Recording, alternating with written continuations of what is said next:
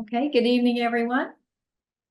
You are looking at some slides of upcoming virtual programs with the Mid-Continent Public Library.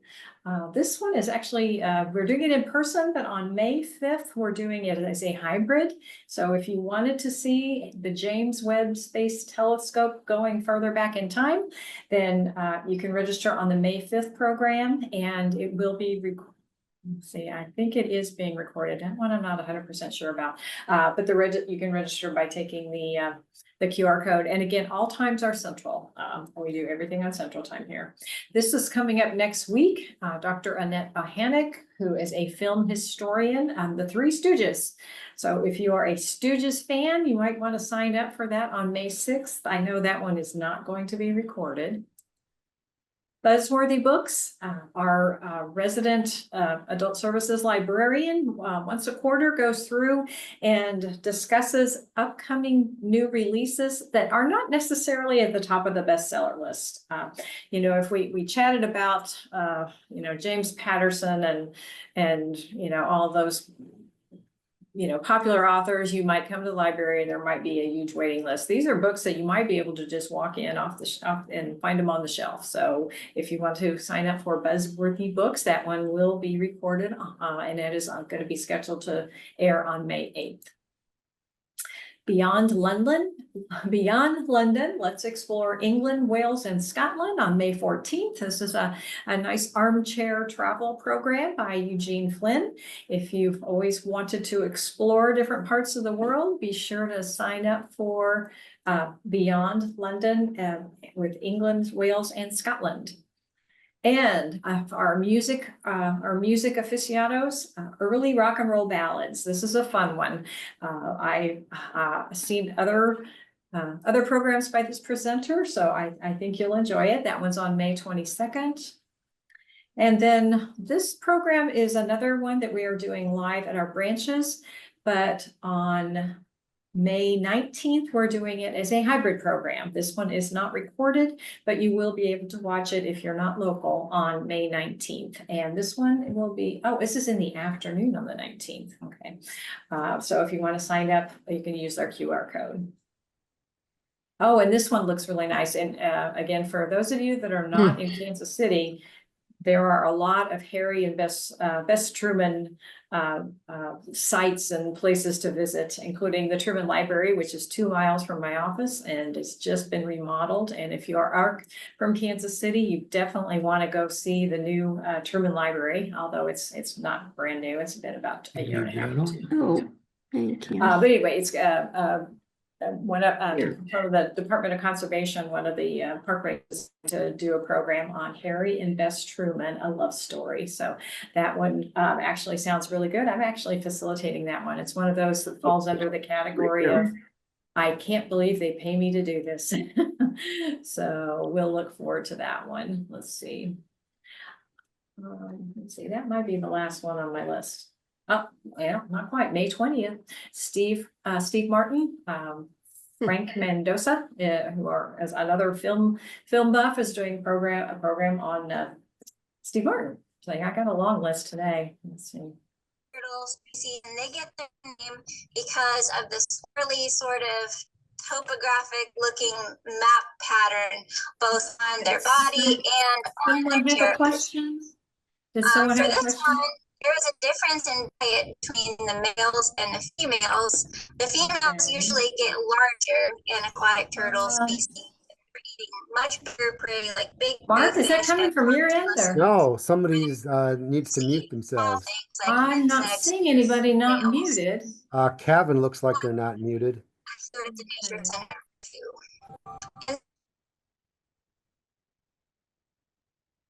Kevin is not muted. Yeah, I'm not even seeing Kevin. I see it. I'm not seeing where I can mute Kevin. Kevin needs to mute themselves then. Okay, yeah. Okay, well, it's gone down. Yeah, I don't see him on my list of participants there, Kevin. Let's see. There we go. All right, let's see. Oh, a question about this video. It will be available as soon as our virtual program producer has time to upload it, which is not always immediate, but as soon as it's up, I will send out the email that you have about 2 weeks to look at it. So let's see.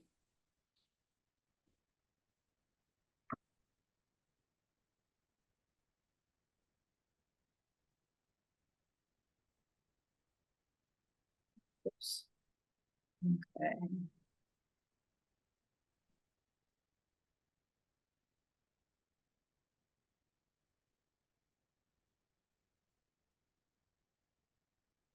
Okay, what time is it? We got, oh, it's just 1 minute, so I need to get out of my share screen here. Yeah, okay. And we'll be getting started shortly. Let's see. Cheryl, I see you've got a program there from my friend Gene Flynn. Oh, I didn't know that you know Gene. Yeah, in fact, I was the one that Oh, did you suggested we refer him? plan- Yeah, Gene and I both belong to the same networking group. I did not know that. Yeah, he's such a nice gentleman. I was planning my own trip to Europe and he was very helpful. Yeah, he does a lot of the job search training for our networking group. Oh, really? Okay. Yeah. I don't know if he's ever done any job search related programs for your library, but if he hasn't, he'd be a good resource.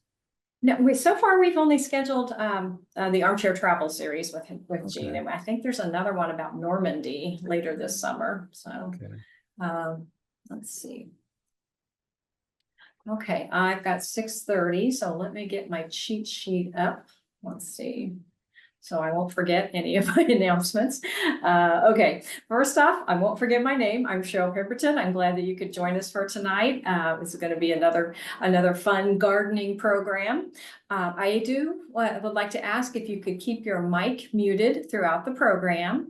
If you have questions, if you could please go ahead and put them in the chat, and Mark will answer questions as time allows at the end of the program. And as always, we have a survey.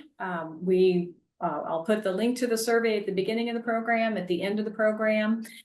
We have handouts. They will go out as soon as the YouTube recording is uploaded. I will send the handouts out at the same time, just because I don't like to clutter up people's inboxes with unnecessary emails. So on today's Tuesday, it should be up by the end of the week though. Okay, I'd like to take a moment to introduce you to our speaker. And for those of you that were here last week, you already know Mark Lyons, also known as the Garden Troubadour, is a master gardener, consultant, and educator. He's been gardening since he was 10 years old, and his first success came when he grew a foot-long, 2.5-pound cucumber that was featured in the local paper. Today, Mark runs a successful business called Green Thumb at Your Service, dedicated to inspiring and coaching people on growing their own food. Based in Palatine, Illinois, Mark travels around the country to deliver dynamic presentations, excuse me, I'm losing my voice, on vegetable and mushroom gardening, harvest preservation, and home cheese making. He is also an accomplished singer, songwriter, and performer who plays guitar, ukulele, and washboard. And I do want to let you know that Mark has a couple of other programs coming up with us this summer. And of course, they're not right where they should be on my cheat sheet. The registration for those will open up sometime on May 1st, which is like 2 days from now, but I'll put it in the chat, the name and the date. You just won't be able to register like tonight, or the next day or two. So, okay, Mark, I'm going to turn it over to you. Thank you for being with us tonight.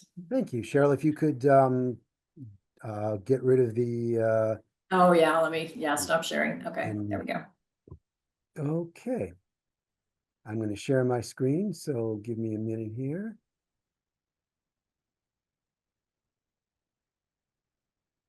We got the slideshow going. Okay, hopefully everybody can see that. All right, well, I'd like to welcome everybody to Growing Terrific Tomatoes. This is a gardening program like many other gardening programs I've done, but the focus is on that wonderful crop that we all love so well, the tomato. So, a little bit about, Cheryl's pretty much told you about me. A couple things I will mention though is I do have about 25 years of experience in planting vegetable gardens. I also have 6+ years experience as a management consultant, which essentially means that I am qualified to tell people what to do.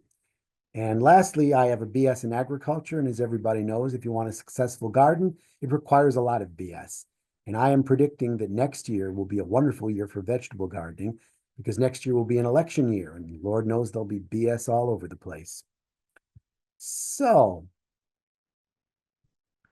what we're going to talk about is I'm going to give you a brief introduction to this wonderful crop we call the tomato, talk about starting tomatoes, talk about the cultivation.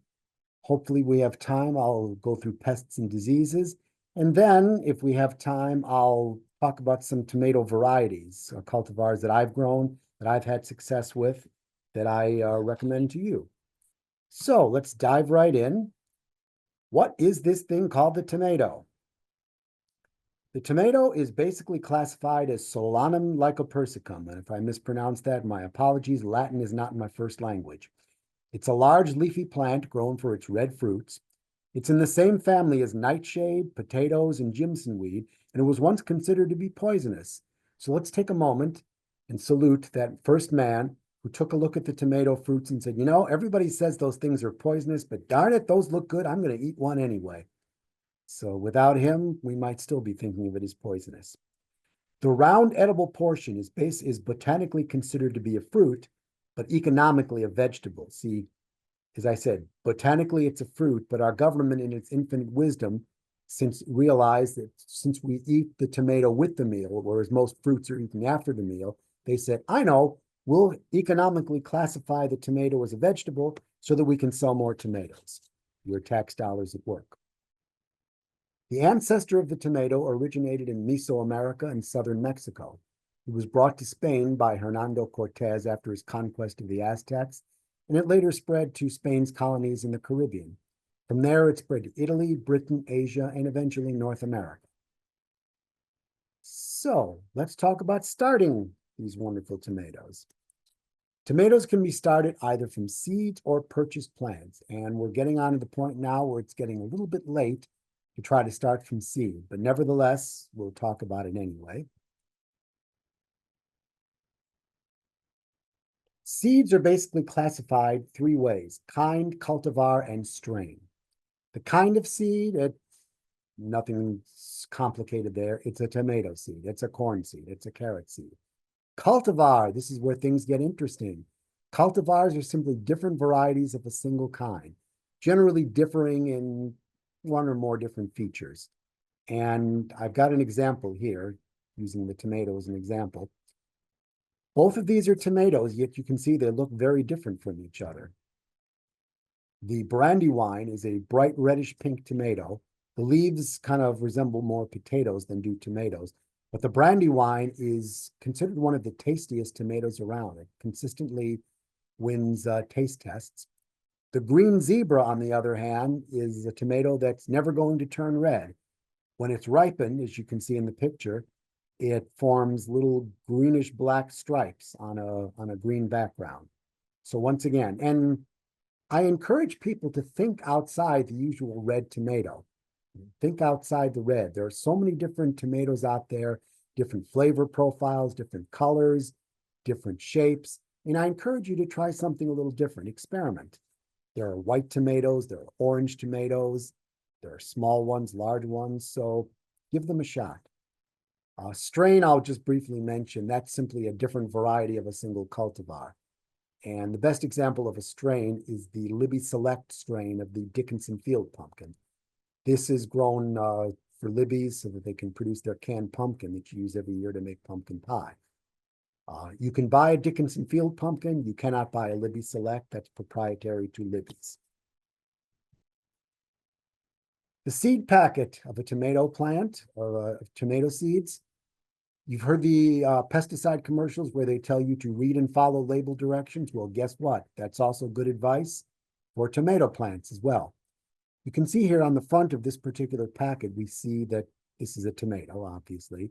The kind of tomato, this is an Amish paste, so that's the cultivar.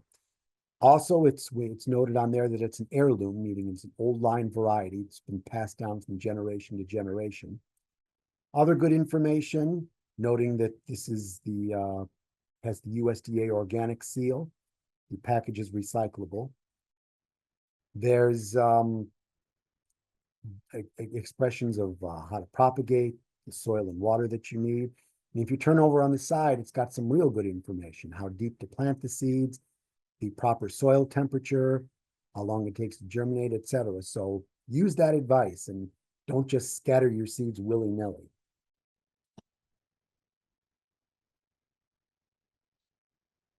Now, if you're growing from seed, generally tomatoes growing from seed is not done direct seeded in the outdoors because you'd have to start it real early, and most of the time it's too cold for that. So if you're starting tomatoes from seed, it's usually done indoors. And to do it for indoors, you need the following. You need a good growing medium, and don't try to cheap out by using garden soil to start your tomatoes indoors. Garden soil is hard, locky, filled with weeds and diseases. You're basically starting your tomato seeds off at a disadvantage. You need plenty of heat and moisture to keep them growing.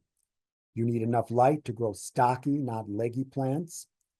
And you need now I mentioned an adjustment or hardening period. That's one way you can do it. You can also, if you want to get them to the ground a little earlier without hardening them off, you need to use some kind of a season extending device. And we'll talk a little bit about that in a bit. Some different kinds of media or containers that you can use to start your tomatoes. There's the good old transplant flat. These can be made out of wood, metal, or other materials. Usually they're made out of cedar. If you use them made out of any wood other than cedar, they should be treated with a wood preservative like copper naphthenate. Don't use any woods treated with creosote. Creosote contains arsenic, and your tomato roots will suck that up just as sure as they will nitrogen, phosphorus, and potassium. The good old clay or plastic pot, these can be expensive.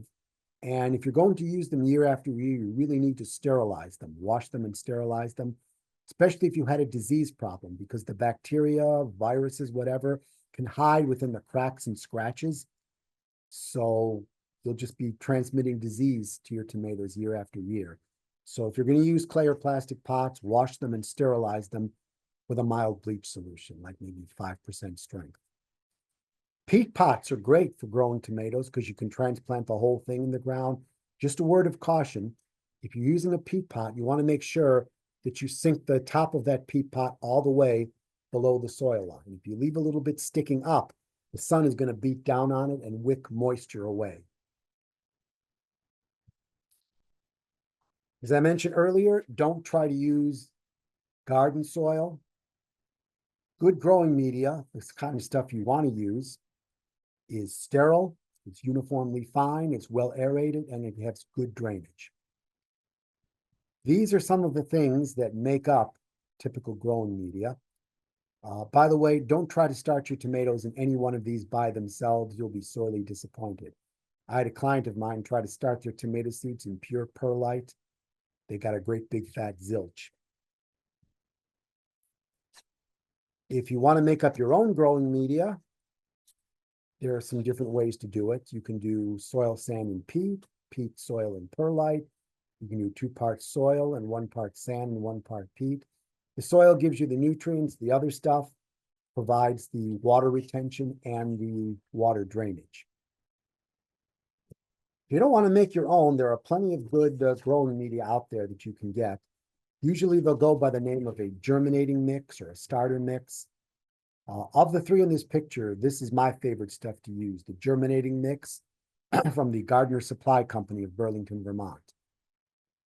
I've grown a lot of things in there and I've always had good success. If you're light, temperature, and water are going to be critical.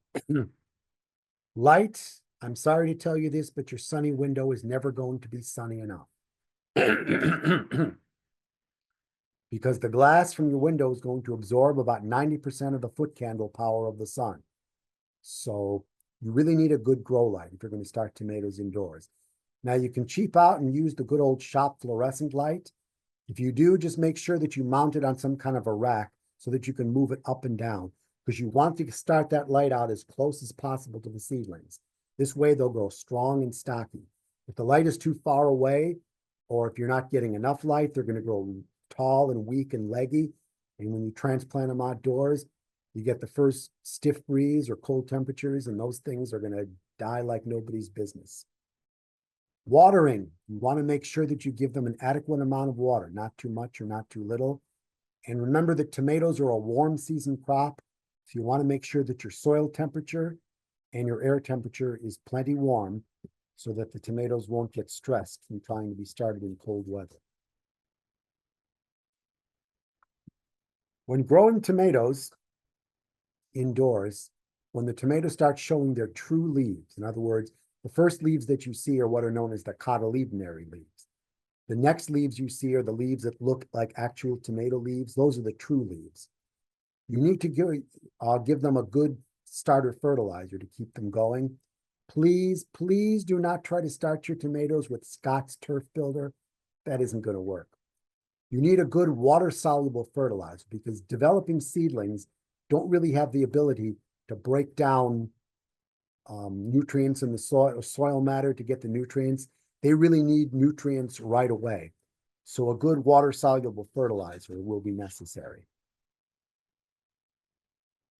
Can you save the seeds from your tomatoes? Well, that depends on the kind of tomato that you're growing. Pure strain or open pollinated tomatoes, yes, you can save the seeds because you will get the same genetics year after year. Hybrid tomatoes, no, you cannot, because there's no guarantee that you're going to get the same genetics the following year. So, for example, a Brandywine tomato is a heirloom tomato, open pollinated, pure strain. You can save seeds from a Brandywine and plant them year after year, and you will get a Brandywine tomato. On the other hand, something like a Better Boy or a Beefmaster, that's a hybrid. You cannot save the seeds because there's no guarantee you're going to get the hybrid tomato that you got last year.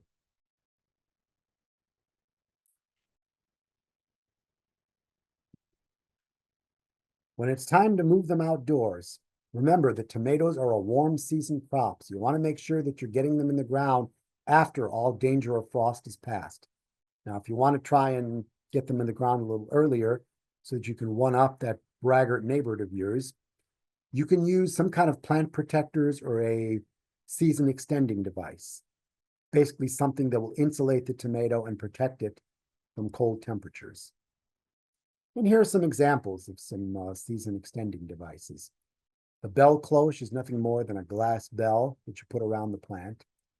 A cold frame is simply nothing more than a mini greenhouse that you can put around the tomato. It works just like any other greenhouse. Light goes through the glass, it warms up the inside, the heat is trapped, it's warm inside the cold frame, even though it's colder outside the cold frame.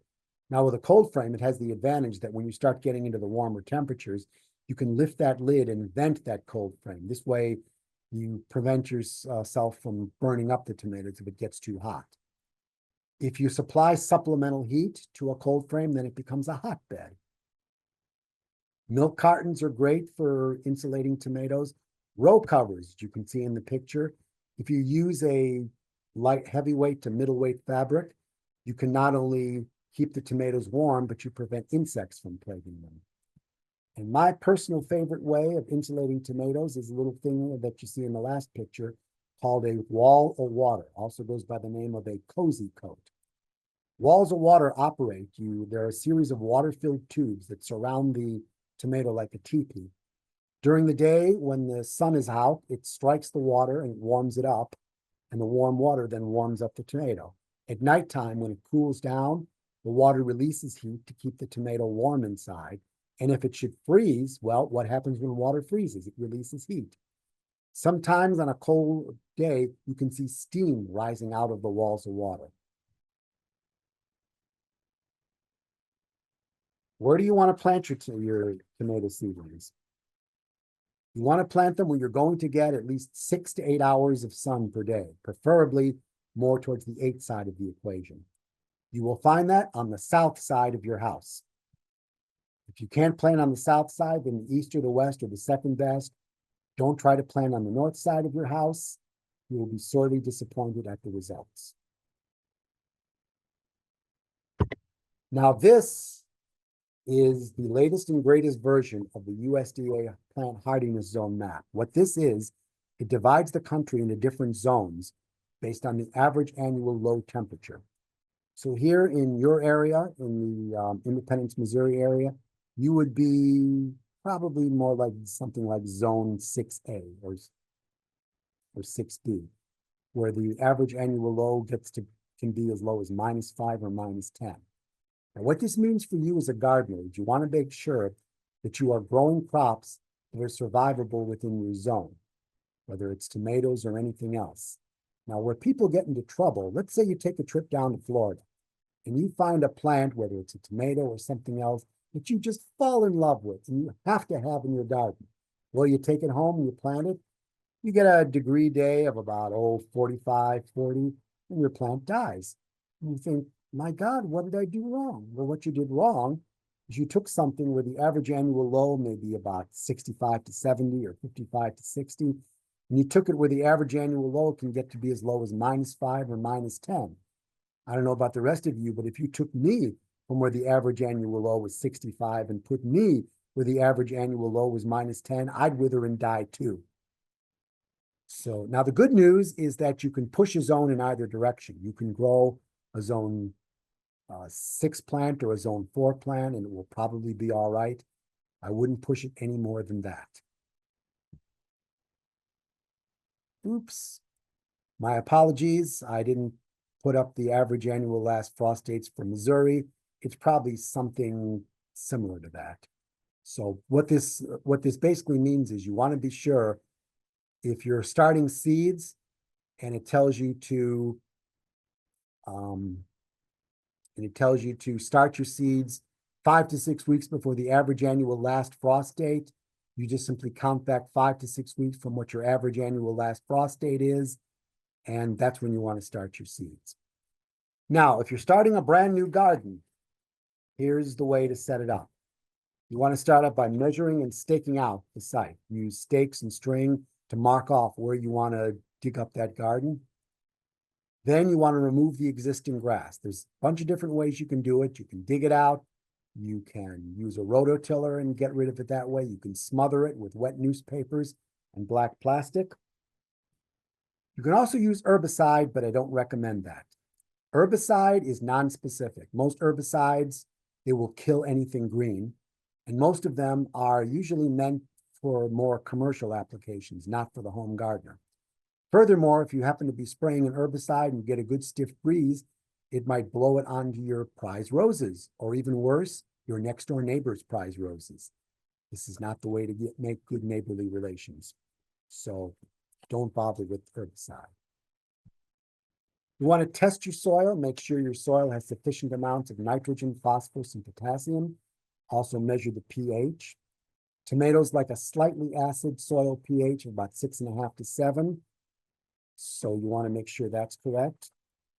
You want to add your amendments and work the soil. By amendments, I'm talking about things like organic fertilizer, compost, earthworm castings, things to improve the quality and the fertility of the soil. You want to work that in. And if, like me, you just do not love the chore of weeding, you want to lay down some mulch, because mulch will block off a lot of the annual weeds that plague your garden. Basically, a mulch, if you're not familiar with it, is any substance applied to the soil surface that protects plant roots from temperature extremes of drought, keeps fruit clean, and suppresses weeds. Mulch has a lot of benefits to it. It improves the soil structure. It maintains the temperature. It reduces moisture loss, so you don't have to water as frequently. And it provides a barrier to keep the fruit from touching the soil, which prevents disease organisms from getting into your tomato fruits. Mulches can be organic, like the straw in this picture, or it can be inorganic, like the black plastic or the red plastic in this picture. This red plastic mulch is supposed to improve tomato growth by reflecting sunlight from the red portion of the spectrum. That's supposed to boost tomato growth. There's no hard scientific evidence that that's the case. If you want to try something like that, be my guest. I make no guarantees. These are the benefits of mulch that I alluded to earlier. Mulches, as I said, can be organic, like peat, wood chips, newspaper, or manure. It can also be inorganic, like black plastic or fabric mulches that you can get at any big box store. Aluminum mulches are great because they reflect ultraviolet light and they cause the aphids to not be able to see your tomato plants, so they'll just move along. If you're using an organic mulch, you'll just want to push the mulch off to the side in the spots where you want to dig your holes. If you're using an organic mulch, you'll simply cut holes and dig out the soil. If you want to get your tomatoes in the ground earlier, you'll want to put on a season extending device, like those walls of water that I showed you earlier. Let's talk next about cultivating your tomatoes. The ideal soil for your garden tomatoes should be fertile, deep, friable, well-drained, and high in organic matter. The quality of the subsoil is also important. Now, if your soil has good physical properties but is not that productive, you can amend it by using organic matter and fertilizer and adjusting the pH, either with things like limestone if the pH is too acidic, or sulfur or ammonium sulfate if the pH is too alkaline. You also want to consider the water and air drainage. Typical garden soil, the good stuff, is made up of about half minerals and another quarter each of air and water with a little bit of organic matter. 3 different types of soil to be concerned with: clay soil, sandy, and loam soil. Clay soil retains water very well. The problem with clay soil is that it retains it just a little bit too well. It can all the water basically fills up all the holes in the clay soil. You basically deprive the roots of oxygen, and then the roots wither and die, and so goes the rest of your plant. Sandy soil, on the other hand, drains very well. Sandy soil, however, drains a little too well. You have to keep watering in order to keep enough moisture in there for your tomatoes to survive. This is the just right of soil, loam soil. It has all the water retention ability of clay and the water drainage capacity of sand. So this is what you want to strive for good quality soil for your tomatoes. Your tomatoes will do their best when the soil that you grow them in is deep. By turning over that soil, you can separate out the soil particles, allow air to flow through. Make sure that you will work the soil only when it's dry. If you try to work it when it's wet, you'll compact the soil. And if your soil is sticking to the shovel, then it's too wet. If you're turning over your soil, this is the time to add fertilizer so that you can work that in. Let's talk about watering. Tomatoes, just like any other garden vegetable, need water. Water is how tomatoes get their hydrogen. And there's all different ways that you can water your tomatoes. Tomatoes in general require 1 inch of water per week. And it's best to water your tomatoes, number 1, before 2 in the afternoon, and deeply and frequently. And I'll tell you why for each. If you water in the morning, this way, if you get the leaves wet, you now have the whole day for the sun to dry off those leaves. On the other hand, if you water in the late afternoon or early evening, you now have cool, wet conditions for your leaves, which are prime conditions for fungi and mold to develop. Also, it's better to water deeply and infrequently as opposed to shallowly and frequently. If you water deeply, like you see in the picture here, you train the roots to dig down deep to below the surface. So if you have to go away on vacation or on business for a week or so, the tomato roots have been trained to dig down to where the water is below ground. So when you come back from your vacation or work trip, yeah, your plants may be stressed a bit, but they'll be alive. On the other hand, if you're watering shallowly, all the roots then are at the surface of the soil. So there's no way for those roots to get down deep. So if you go away and you happen to have a drought that week or a lot of sunlight, you'll come back to dead plants. Some different ways you can water. Use the good old watering can. If you want to do something that's a little bit more efficient, you can set up an irrigation system. These are great because the porous hoses, they make sure to keep the water at the soil surface, at the roots, which is where you want it. You can set up a whole series of irrigation systems and then hook the main hose to your spigot. When you want to water, you just turn on the spigot. You can further make your watering chores more efficient by hooking in a water timer, so it will turn it on and off for you. However, you still have to get your hands dirty occasionally. Air. You've often heard that plants give off oxygen and take in carbon dioxide. Well, plants need oxygen as well. They need it for the roots. And as you can see in the picture here, all these roots down below, if you were trying to grow in clay-like soil, all the water would retain in that soil. It would suffocate the roots. So you want to, that's another reason why you want to have good, nice, loose, light, deep soil. Light, again, sunlight is an absolute necessity if you want good quality tomatoes, and you need 6 to 8 hours, preferably 8, especially because any plants that produce a fruit like a tomato, they need that extra energy, that extra photosynthesis to be able to produce that fruit.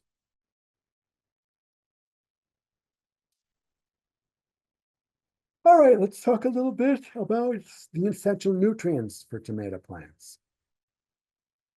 These 3 you don't have to worry about. You don't have to supply those.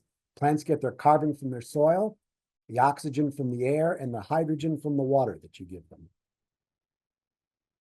Nitrogen is probably the most limiting nutrient in growing tomatoes or any other garden crops. Nitrogen makes up about 80% of the Earth's atmosphere. The problem is, though, is that tomato plants cannot take nitrogen from the air and use it for themselves that way. They have to have it in the form of either the nitrate ion or the ammonium ion. So if you use a lot of manure, manure is very high in nitrogen. If you use a lot of manure, if you overfeed nitrogen, what's going to happen is you're going to get a lot of nice green leaves on your tomatoes, but very little in the way of fruit and flowers. To get fruit and flowers, you need this nutrient, phosphorus. Now, phosphorus may be in the soil, but a lot of times that phosphorus is locked up in the soil matter so that the plant can't get to it. So you may need to supply a supplemental source of phosphorus for your plants, especially if you're feeding a lot of manure. We're talking things like black rock phosphate, super triple phosphate fertilizer, et cetera, et cetera. How many people have ever had this happen to your tomatoes? That's a condition known as blossom end rot. It's caused by a deficiency of this nutrient, calcium. Now, soils usually contain sufficient amount of calcium, and also if you add limestone to the soil, that will add some calcium as well. Now, calcium is used by plants in the formation of new cell walls.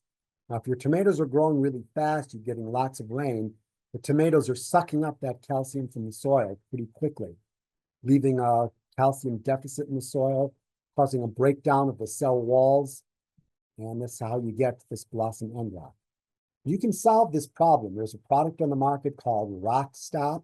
It's made by the Bonide Corporation. It's a calcium chloride solution. You simply spray it on the leaves. That will provide the calcium that the tomatoes need. Magnesium, if you happen to be growing in very sandy soil, magnesium can be deficient in that. Magnesium is important in chlorophyll formation, and it's also involved in photosynthesis. If you have a deficiency of magnesium in the soil, good old Epsom salt will take care of that. Sulfur. Rarely will you have a sulfur deficiency in the soil. If you do, you can add either ammonium sulfate or elemental sulfur to your soil. Please do not use aluminum sulfate. Aluminum is a heavy metal, and your tomatoes will absorb that just as easily as they will the sulfur. Just one other caution, though. Any fruits that you want to can, don't use sulfur, or be very careful not to get it on the fruits themselves, because when you're trying to can, the heat of the canning process will cause the sulfur to unite with the oxygen in the jars, creating sulfur dioxide, which will cause your jars to explode. So if you do not want to turn your kitchen into the jet propulsion laboratory, go easy on the sulfur. Trace elements. They're called trace elements because they are required by the plants in very small or trace amounts. Rarely will you have a deficiency of these, and you can usually provide your plants all that they need with a good, balanced commercial fertilizer. You want to be careful not to overfeed any one of these nutrients because you can cause a nutrition deficiency. Simply, I think, for example, too much zinc caused the plants to not be able to take up copper. So don't overfeed any of these.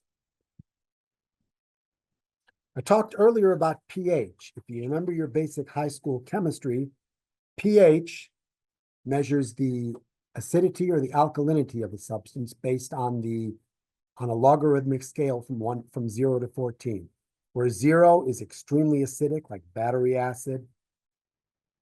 Alkaline, number 14, is something like drain cleaner or bleach. Water is considered pH 7 to be neutral.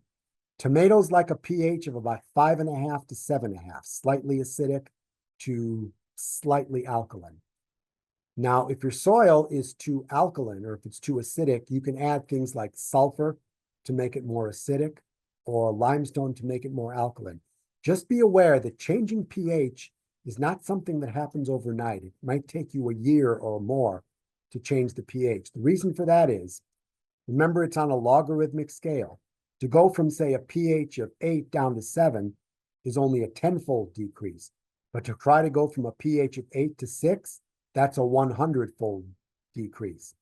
And if your soil is blessed with buffering, lots of luck, because buffered soil can absorb pH changing, which makes it even more difficult to change the pH.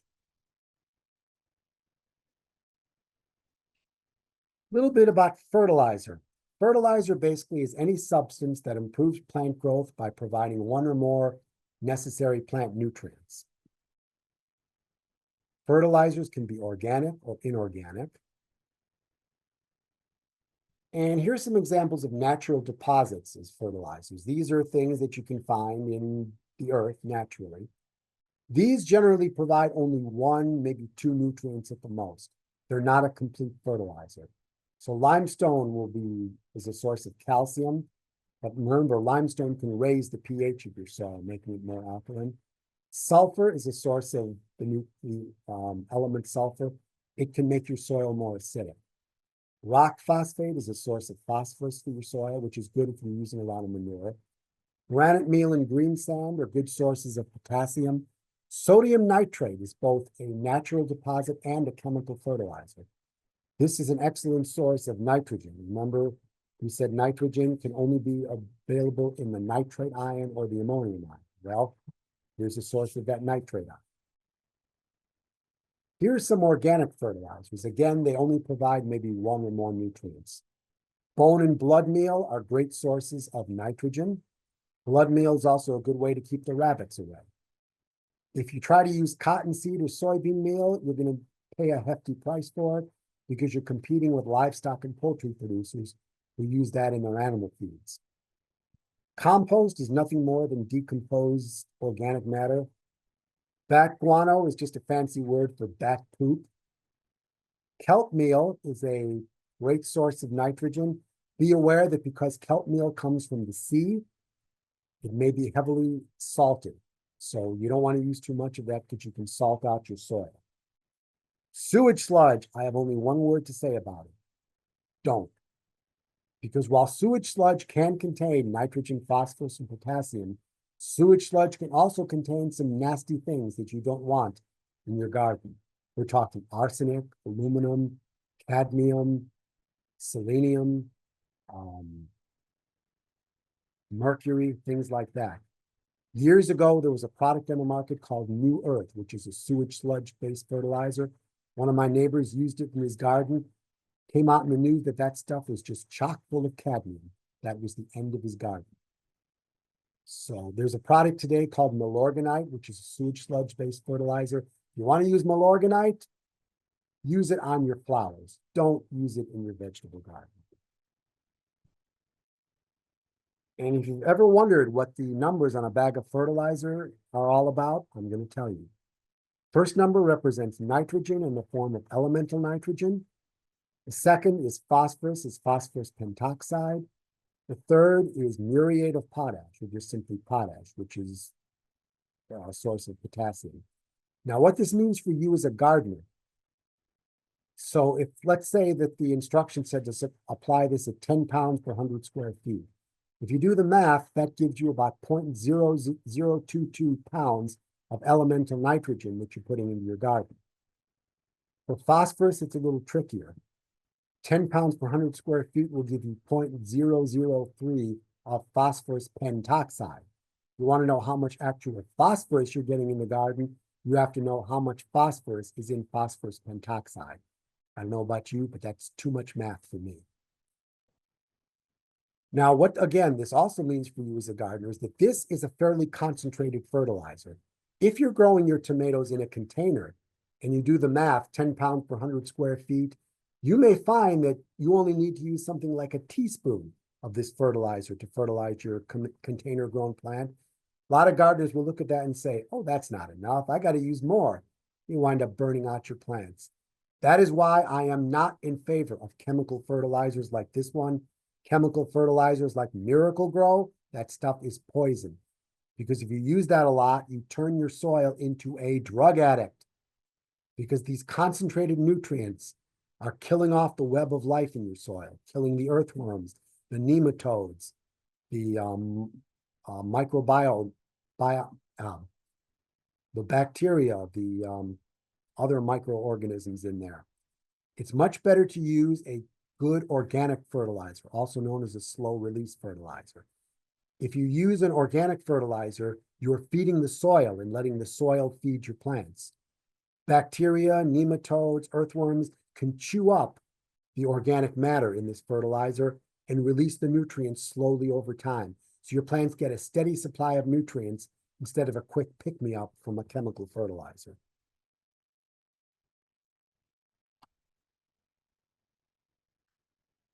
When you plant your tomatoes, you want to strive for rapid vegetative growth. The quicker that you can get your plants growing, they can better compete against weeds. They can get more sunlight, which is good, which they need for photosynthesis. And they can withstand the stress of flowering better than a small plant. Plants get their energy to flower and produce fruit from the leaves on the plant. So what this means for you is that if you buy a small tomato plant or you grow a tomato plant and that plant is still small and it has flowers on it, that plant is going to put all its energy, what energy it has in those few leaves, to try to grow out that tomato fruit. Then when you pick it, that will be the signal for the plant to produce more leaves and start growing again. But by then, it's what? August, September, October, and there isn't a whole lot of growing season left. So when your plants are small, if you see flowers on them, yank those flowers off. Let the plants get taller first before you let them keep their flowers. All right, we're running short on time, so I have to go through this pretty quickly. Weeds are basically any plant that's out of place, defined by ecologists. A better plant is anything, or better definition is anything that's unsightly, causes disease, or reduces yield. Weeds are going to compete with your tomato plants for water, nutrients, and light. They may also harbor insects and diseases. Control weeds. There's good old hand pulling and hoeing, which I know some of you just love doing. You can block them out with a mulch, which is my favorite way of doing it, and it will reduce your weeding chores considerably. Again, I show herbicide, but once again, in the same breath, I say don't. Insect pests. I'm going to just skip over this because we're running short of time, but these are just some of the various insect pests that can plague your tomatoes. Just a few that I'll mention. If you've ever seen this big, ugly, fat green worm on your tomatoes, that's a tomato hornworm. It is the larva of the hawk moth. Now, there's a lot of ways you can get rid of this. Easiest way is just pick them off by hand and drop them in a bucket of soapy water. Or if you prefer, you can roast them with a little butter and salt, whatever your tastes happen to be. If you see a tomato hornworm with these little egg cases on them, guess what? You don't have to do a thing because Mother Nature has taken care of it for you. These egg cases will hatch into the larva of a parasitic wasp, And the parasitic wasp larva will eat the hornworm.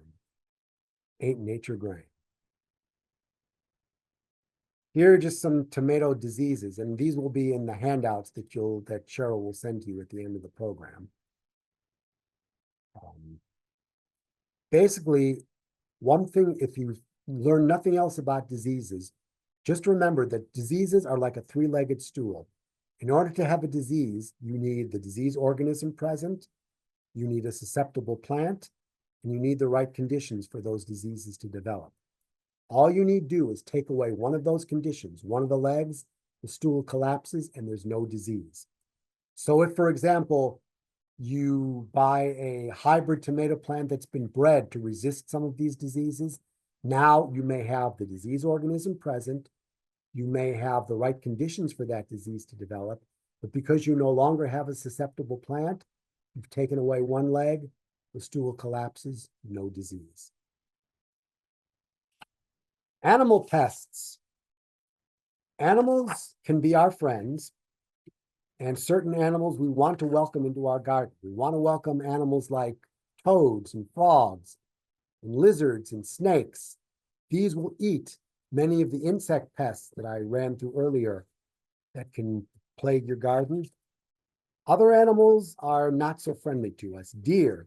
Deer will eat your fruits, and they will stomp all over the plants. The only way to stop them is a good high fence that they can't jump over. Yeah. Moles. Moles will dig tunnels, and these tunnels can disrupt the root system of your plants. Best way to get rid of moles is to get rid of the grubs in your lawn. If there's no grubs, there's nothing for the moles to eat, they'll move on. Or you can put the grubs on your neighbor's lawn, and you didn't hear me say that. Rabbits. Rabbits will eat tomato seedlings. You can stop rabbits with a 2-foot high fence made of 1.5-inch thick galvanized wire. You can also get rid of rabbits by spreading mothballs, blood meal, and predator urine. Raccoons can be a serious pest of tomatoes. They'll usually just eat the whole fruit right off the vine. They're nocturnal, so while you're sleeping at night, they're stealing your tomatoes. Best way to control them, secure any food sources you have. Put tight lids on your garbage cans. Don't put the cans out until the morning of garbage day. Any water sources, get rid of those. Also, make your yard unappealing. Set up bright lights and motion sensors, ammonia-soaked rags, loud noises, basically to scare them away. Squirrels. Squirrels can be really tough to control because those little buggers are smart and they can climb. Usually they'll take a bite or two of large tomatoes and they'll steal the smaller ones. I once saw a squirrel eating a tomato right on our picnic bench, and he left a piece of it behind. That's the squirrel version of the middle finger. Ways to control squirrels, you can use things like predator urine, hot pepper wax solutions, vinegar-soaked rags, coffee grounds, put dog hair around if you happen to own a dog, mothballs, blood meal. If all else fails, here's something that you could try that might work. Bribery. Set up a squirrel corn feeder away from your garden and keep it well filled with squirrel corn. The idea being that the squirrels will be so full on the corn you provide them, they'll be too full to go after your tomatoes. It's kind of like paying protection to the mafia. Maybe it'll work, maybe it won't. If all else fails, give it a try.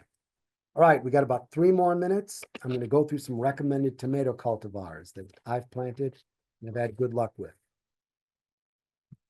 The Amana orange, the name comes from Iowa's Amana colonies, one of America's long-lived communal societies where it's been a long-time favorite. Fruits get to be about 5 inches in diameter. It's a mild, sweet, tropical flavored fruit with a distinctive orange color. The Better Boy is very easy to grow. It's virtually idiot-proof. It's resistant to many of the diseases like verticillium wilt, fusarium wilt, et cetera, et cetera. High yields, an excellent tomato to grow. If you like your tomatoes big, the Beefmaster is a hybrid beefsteak tomato. The fruits can get up to 2 pounds in weight. It's resistant to a lot of diseases. And if you like your tomatoes really big, they don't come much bigger than the Big Zack. The Big Zack is a Whopper hybrid beefsteak tomato. The fruits can get to be as large as 4 to 6 pounds, and it's also very disease resistant. Here's a black tomato, the Black Beauty, not to be confused with the Green Hornet's car. It's one of the darkest tomatoes, if not the darkest. The darkness comes from the extreme expressions of anthocyanin, which is the same antioxidant in blueberries and blackberries. So it's got that anthocyanin pigment, which is good for our bodies, sucks up the free radicals. It has a rich, smooth, savory flavor. Brad's Atomic Grape. If you want to grow a grape tomato, try growing one of these. It basically, in my opinion, it looks like somebody grew this on a psychedelic drug trip. It's a very colorful tomato with different shades and things all around it. It has a strong tomato flavor. So the Brandywine I mentioned earlier, it's very flavorful. It constantly wins taste tests.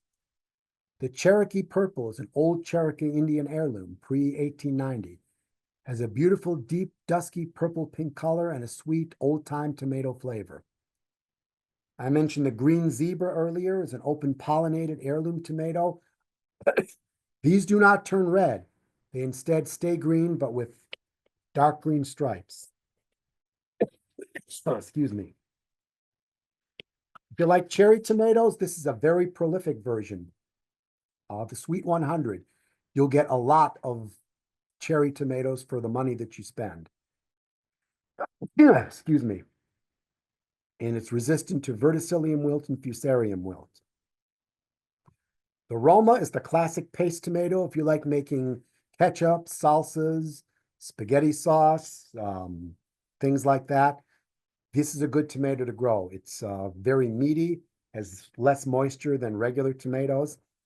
And another good paste tomato is the Amish paste, which I mentioned earlier. It's an heirloom variety dating back to the turn of the century.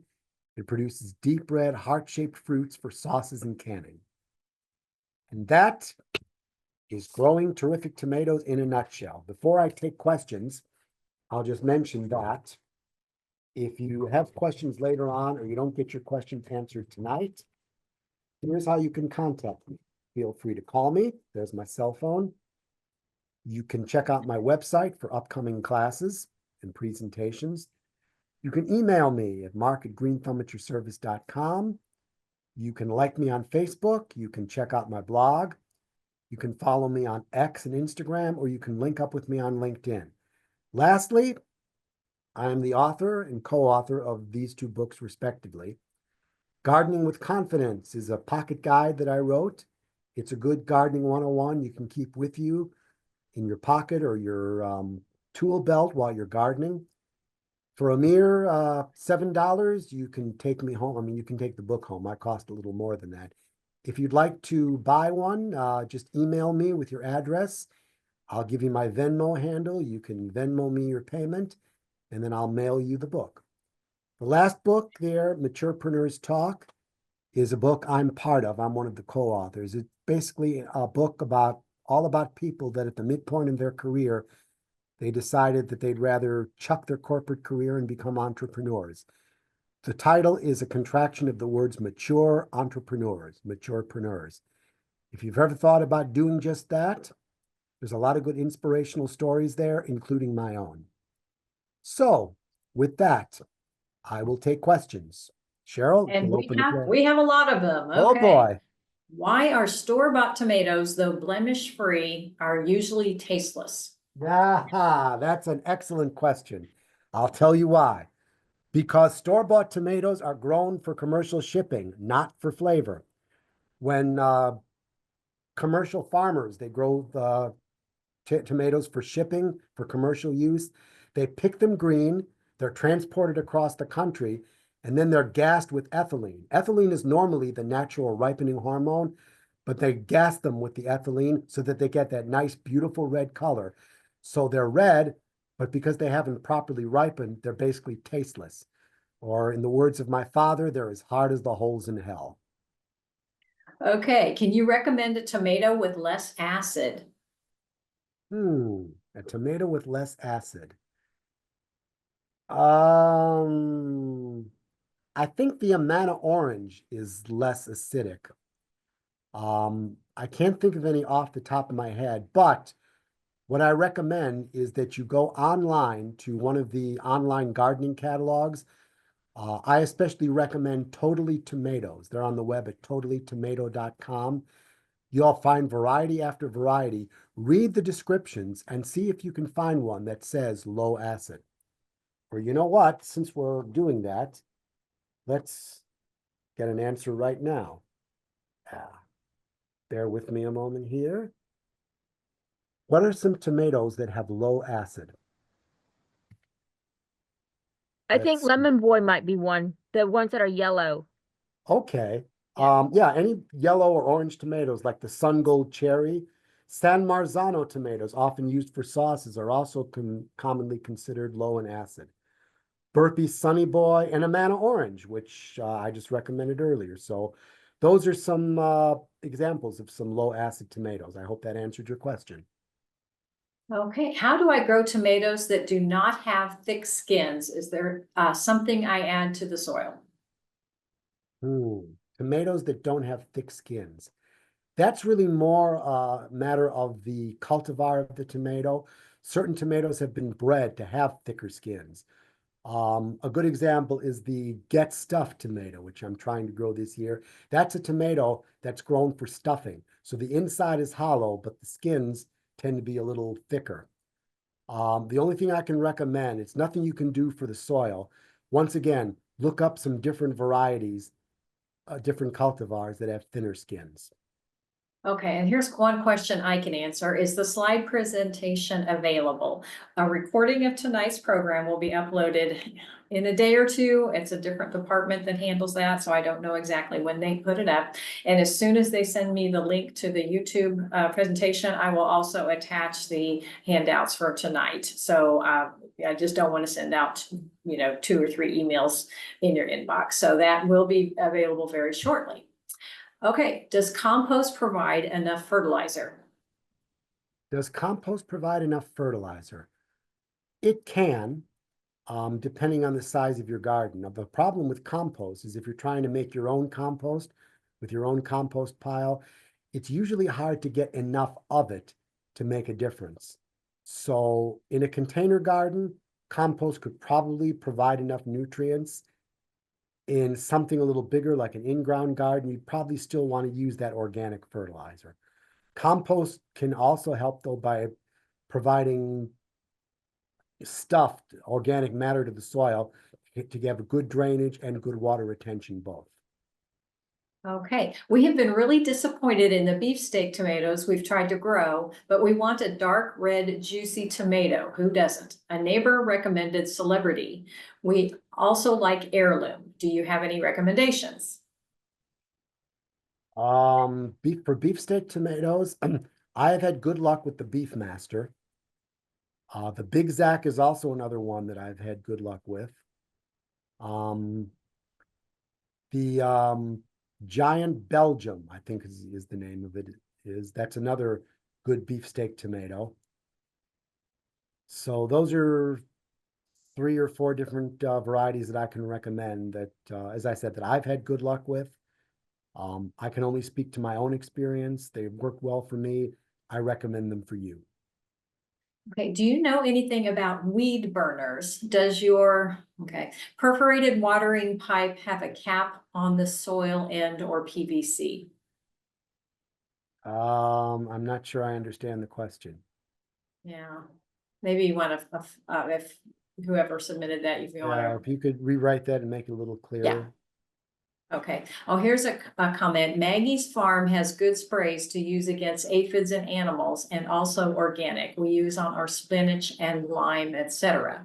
Raccoons, we've used tree barrier around the grow area. Okay, I had a rabbit that climbed my rabbit fence and also dug under the fence. Very determined rabbit. Cherokee Purple have done extremely well for us for the last 3 years. Very good one. Oh, Baker Creek Seeds has some Yes, interesting Baker Creek varieties. is, I'll put in a plug for them. Yeah. They sell a lot of rare heirloom varieties. They're on the web at rareseeds.com. You can find a lot of varieties, a lot of cultivars at their website, which you won't find locally. So if you're looking for something unusual, a little different, an heirloom variety. I encourage you to check them out. You can get their regular catalog for free. They also have a bigger catalog called the Whole Seed Catalog. That thing's like a phone book. It's got so many different plants and varieties in there to make your head spin. So that one comes at a cost. I don't know exactly what the price is, but it's well worth it. Okay, will the video be sent out? Yes, we addressed that. Some of my friends recommend pruning the lower branches off the plant to make more fruit. Is this true? Pruning tomatoes, it's kind of a controversial topic because there's no real hard scientific evidence that pruning tomato is going to get you any more of a yield than if you don't prune. Now, having said that, certain things you can do which may help and certainly won't hurt. Getting rid of the lower leaves kind of prevents a splash of soil onto the leaves. That soil splash may contain disease organisms, which can infect the whole plant. So by getting rid of the lower leaves, they're not getting much sun anyway. So you can kind of prevent that disease splash. Also, one thing you can do is get rid of the suckers. If here's the main stem and here's a branch, something growing between them is like a sucker that you can prune off. If you do enough of those, especially in the interior part of your tomatoes, you can allow more light to get to the insides of them. By the way, and I didn't know this until last year, one of my good friends started taking the suckers that he would prune off the tomatoes and planting the stem of that sucker into the ground or into some soil, and it produced a whole new tomato plant. So it's something you can do. You can proliferate more tomato plants that way. You can give them away to friends and neighbors, or if you're mercenary like me, you can sell them. Okay, here's a recommendation for a lemon boy is less acid. There we go. Okay, any good trellis ideas for upwards growth for more yields? For trellis ideas, for trellis things, I like to use the galvanized steel collapsible tomato cages. First of all, I hate those conical metal tomato cages. They're basically worthless. They fall apart if you sneeze on them. The galvanized steel collapsible cages are also stackable. You can stack one on top of the other. So if you're growing an indeterminate tomato, a tomato that just keeps right on growing, cages give great support, much better than stakes and string. The galvanized steel cages, you can fold them at the end of the growing season and put them away. They'll take up less space in your shed, garage, or basement. Yeah, so that's what I recommend. You can get some of those galvanized steel cages from the Gardner Supply Company of Burlington, Vermont. They're on the web at gardeners.com. I think I mentioned them earlier. Gurney Seed and Nursery, I think, also sells the cages. Don't quote me on that one. But that was a long-winded answer. I hope I answered your question. Okay, what are the ideal times to plant tomatoes? The ideal times to plant tomatoes. Well, that depends on whether you're starting from seed or whether you are starting with purchased seedlings. If you're starting from seed, you want to start them about 5 to 6 weeks before the average annual last frost date. I apologize for not including that in this slides, but whatever that date is, probably sometime around mid to late April, just count back 5 to 6 weeks, and that's when you want to start the seeds. As far as starting purchased plants, you want to do those when all danger of frost is past, usually maybe like after Mother's Day or so, although I know around my area, the garden centers have already started selling tomato plants. It's probably getting warm enough to the point where you can start planting tomato seedlings and they'll probably be all right. In case you get a frost warning, then you'd want to cover them with something. Okay, why do some plants die during transplant? When are you supposed to transplant when you start from seed? When are you supposed to transplant when you start from seed? Generally, you want to transplant when the plants have gotten to be a good size, when you see several true leaves on them.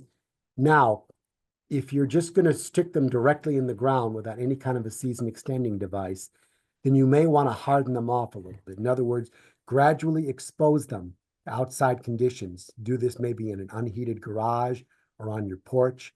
Maybe put them out there for, say, 15 minutes to start out with. Then the next day, put them out there for half an hour. Then maybe the next day, put them out there for 45 minutes, gradually acclimating them to colder conditions. This will cause stiffer stems and they'll better be able to withstand things if you do get a cold snap. Then you can plant them in the ground. If you want to stick them in without hardening, then you definitely need to use one of those season extending devices like the bell cloche or the cold frame or the wall of water, aka the cozy coat. Okay, what is the best fertilizer to use? The best fertilizer is any kind of organic fertilizer. I like either the Dr. Earth brand of fertilizer or one of the Espoma brand fertilizers. That's E as in Edward, S as in Sam, P as in Patrick, O as in Oscar, M as in Mary, A as in Albert, Espoma. The Espoma fertilizers come in different formulations and they usually end in the word tone, T-O-N-E. There is garden tone, tomato tone, holly tone, fruit tone. I would recommend, obviously, the tomato tone for growing tomatoes if you're going to use an Espoma fertilizer. Any thoughts on the use of biochar? Biochar, I've heard about it. I'm not familiar enough with it to be able to say whether it would have benefits or a negative effect on tomatoes. I would imagine that it would just, off the top of my head, it's more organic matter that you can add to the soil. So I can't guarantee that it would help, but at the same time, I think I'm safe enough to say it couldn't hurt. Okay, and then there's a follow-up on the one we were confused about. In your picture with the perforated pipe for watering, is there a cap on the end buried in the soil? Okay, first of all, those aren't perforated pipes. Those are irrigation hoses. They're flexible hoses that are perforated. They're not cables. They're not buried or anything. They're usually laid on top of raised beds or a in-ground garden, and they're weaved in and out between the different plants. Then the main hose is then attached to your spigot. When you want to water, you just turn on the spigot and the water goes in through the tubes. It comes out the holes and it waters the plants at the roots, doesn't get the leaves wet. Okay, and oh, if another request, if you could repeat the name of the company for the heirloom seeds. Oh, that was Baker Creek Heirloom Seeds. They're on the Located web. in, Mansfield, Missouri. That's Local it. There you go. Mhm. They're on the web at rareseeds.com. I also recommend Totally Tomatoes. They're on the web at Totally Tomato, singular, totallytomato.com. Other places that you can look at are Gurney's Seed and Nursery, Gurney''S. They're on the web at gurneys.com. Territorial Seed is another good place to go. Those are just a few off the top of my head or places that I've purchased from. Okay, I think someone asked about this before. Do you know if weed burners are safe to use on weeds? Weed burners. I've never used them per se, so it's hard to say. Weed burners, from what I can see of the pictures, they're generally used to get rid of weeds like that are in the cracks of your sidewalk and all that. So your driveway or your patio looks more aesthetic. I'd be hesitant to use them in the garden because I'd be worried that, if I move my hand the wrong way, I might burn up my tomato plants, or even worse, if you're using a dry straw mulch, you could cause a major conflagration. So I would say that if you're going to use a weed burner, stick with it just to get rid of the weeds in the sidewalk. Don't use it in your garden. Okay, this one are the upside down tomato plants advertising on TV legit? Oh, God. I have seen those and I've used them a time or two. Most of them are made of material that's pretty flimsy. So it usually rips and tears after about the second or third season. Now, Gardener Supply makes one that's out of tougher material. that I haven't used mine yet. It's been sitting in my house, so I can't make any guarantees as to how well it performs. But if you're lacking space, if you've got a large patio, you don't have a lot of lawn or garden space to do it in ground, you can grow them upside down. They work great. You just need a good shepherd's hook to hold them in place. Or you can buy these multi-hook stands, which you can put a whole bunch of these upside down tomato plants. It's kind of a quirky way to grow a tomato. I would say if you're going to grow that way, you probably want to grow a determinate plant, because an indeterminate plant's going to keep on growing and growing, and it's eventually going to hit bottom, aka your patio. A determinate plant's going to only get so high or go so far down and then stop. So that was a long-winded answer, but in summary, yes, they're legitimate. I would just buy one made out of tougher material than what you normally get. The one made out of tougher material is sold by the Gardener Supply Company. Full disclosure, I do not work for Gardener Supply. They are not paying me to promote their products. I'm speaking as a satisfied customer. Okay, we have lots of thank yous, and actually we're at the bottom of our question list. So do you have anything else for us tonight, Mark? Yes, I do. If there are no more questions, I will leave you with this. When the gardener comes around and he's digging in the ground, the gardener is the one who grows it all. If you'll only look and see, I think you will agree, the gardener is the one who grows it all. The gardener is the one, the gardener is the one, grows tomatoes through the fall. And they're tasty and they're sweet, and you know they can't be beat. The gardener is the one who grows it all. The gardener is the one, the gardener is the one, grows zucchini through the fall. And he's happy just to share with his friends and neighbors there, 'cause his family simply cannot use it all. Yes, the gardener is the one who grows it all.